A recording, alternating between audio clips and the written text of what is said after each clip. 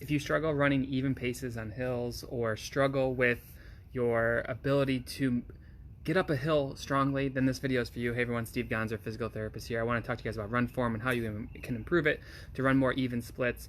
This is coming for our program on July 12th, Need for Speed, where we're going to actually teach people how to master their run form and get better speed out of their running by just making some easy tweaks. So definitely take a look at the link in this post if you're interested in learning more about that before we get started. But what I usually find with my runners is when they're trying to especially the ones I guess that struggle on hills, is that they struggle to find like that effort level that they don't blow up, right? So they get to a hill, they run too fast up it, they run too slow down it, and there's no like real even pacing across the run. So I want to talk to you guys about run form and how you can improve that and make it a little bit more even splits. But what you should know is that this does not matter, and what Christina said, she loves hills, but this actually works really well on flats as well. So it doesn't matter. Like run form is run form, but you can make some tweaks to make things a little bit better. But what I'm about to teach you and tell you about is it doesn't work if you run really poorly or you run with really kind of bad strategy and you see a hill and you just blast up it.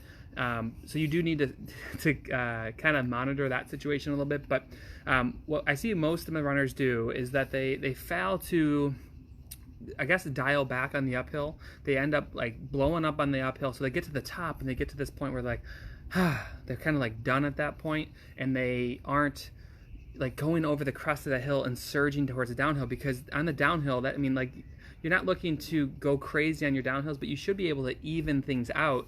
And what most people are really troubled with is looking down at their watch and know that they're not running their right pace when they're going on the uphill. So the first recommendation for you is to plan ahead, know where you're going, especially on race day. Like, you should be able to plan those runs. But if you're not slowing down on the uphills, or you're barely slowing down on the uphills, that's a huge problem.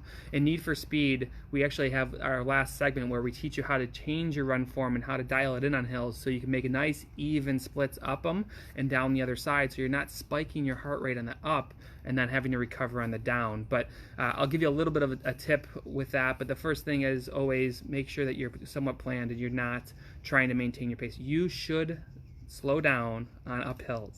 I know you're not going to want to. You're going to look at your watch and say, no, I'm not supposed to be running that pace. But the point of it is to not spike your heart rate, get over that top, and then come down the other side and let your stride open naturally, let gravity do the work, and you still recover but keep your pace going. But here's what I want you guys to try. So next time you go out on a run and you're looking to just play with this a little bit, and you'll start to see like, wow, this really does work. But I'll go over what most people do wrong. Fireworks. So sick of it. Anyone else sick of the fireworks? Oh dear. Give us a try on your next run and see how you feel with this. But so I don't have shoes on or anything, so I'm just gonna try to do this here. Let me see. Last time I did this, I dropped everything and it was a mess. But all right, so you're running up your hill, right? And you're running this way. Most people, they just they muscle their way up the hill, and you can't be muscling your way up the hill. You want to see that hill and say, okay, here comes the hill. I'm going to change my run form a little bit. I'm going to dial in my knee drive, and that's going to allow you to carry up that hill really even. So when you start to push off, just give yourself a little bit of a knee drive, and you don't want to like run with high knees, like where you're just lifting your knee up really high.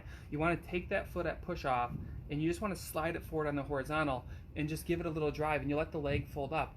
Naturally, what you should do is that'll start including your glutes a little bit more, include your core, but it'll allow you to kind of get that up and bound up the hill a little bit better. Too many runners do this. They like don't pick up their feet, and they're like reaching for the ground, and they just kind of do this little banana run that I talked about before, where their feet are really low and they're scuffing on the ground. You need to include these muscles, particularly in the uphills.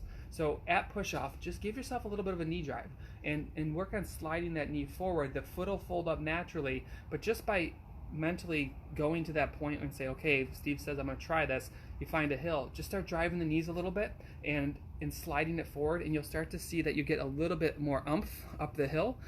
You feel like you're bounding up the hill a little bit versus like I see a lot of runners who are like, they get like side to side motions, and they just kind of like muscle through it because we think we can just be stronger than the hill and run up it.